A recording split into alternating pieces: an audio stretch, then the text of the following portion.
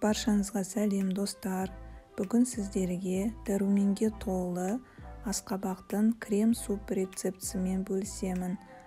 Міндетті түрде жасап көріңіздер, өйткені қазір асқабақтың мезгілі. Бізге қажет ингредиенттер ол 2 картоп, 1 сәбіз, 1 пияз, 1 тіше сарымсақ және де асқабақтың өзі қажет болады. Барлық ингредиенттердің құрамын видеоның астына жазып қоямын. Қазанға сұйық май құямыз. Алдымен пиязды ұсақтап турап, осы қызып тұрған майға салып қуырып аламыз. Пиязды қызарғанша қуырамыз.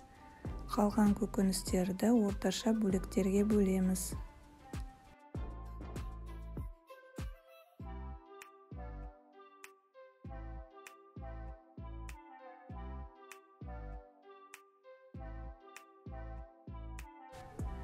Сәбізді осындай дөңгелектерге турап шығамын.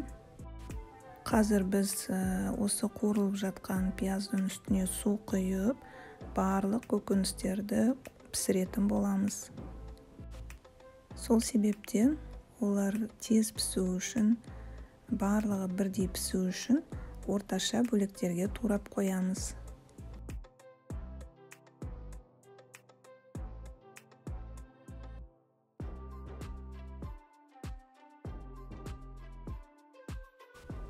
Асқабақты да картоп секілді осындай орташа бөліктерге тураймыз.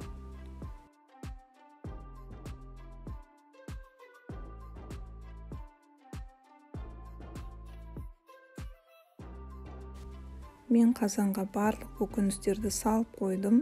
Салып жатқанын видеоға түсірілмей қалыпты. Бұл жерде айтқым келгені сарымсақты тұтастай салдым. Көкөністерді салған соң қазанға салқын су құйдым. Салқын су көкөністердің бетін жарты сантиметрге ғана жауып тұру керек.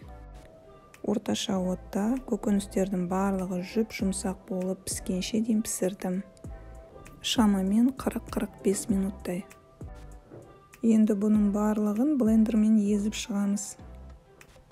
Және де үстіне 10% клегей құямыз. Міндетті түрде 10% клегей болу керек. 200 мл, яғни 1 стақан клегей құямыз. Жақсылап араластырамыз.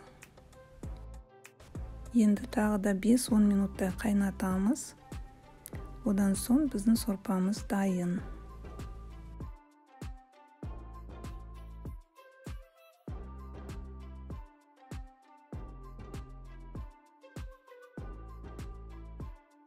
Бұл сорпаның ароматы да, дәмі де өте керемет болып шығады.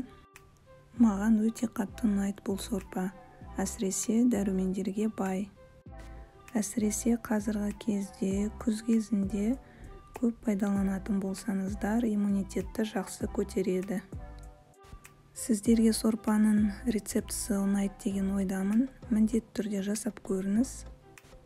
Сосын маған пікір жазып кетуді ұмытпаңыздар.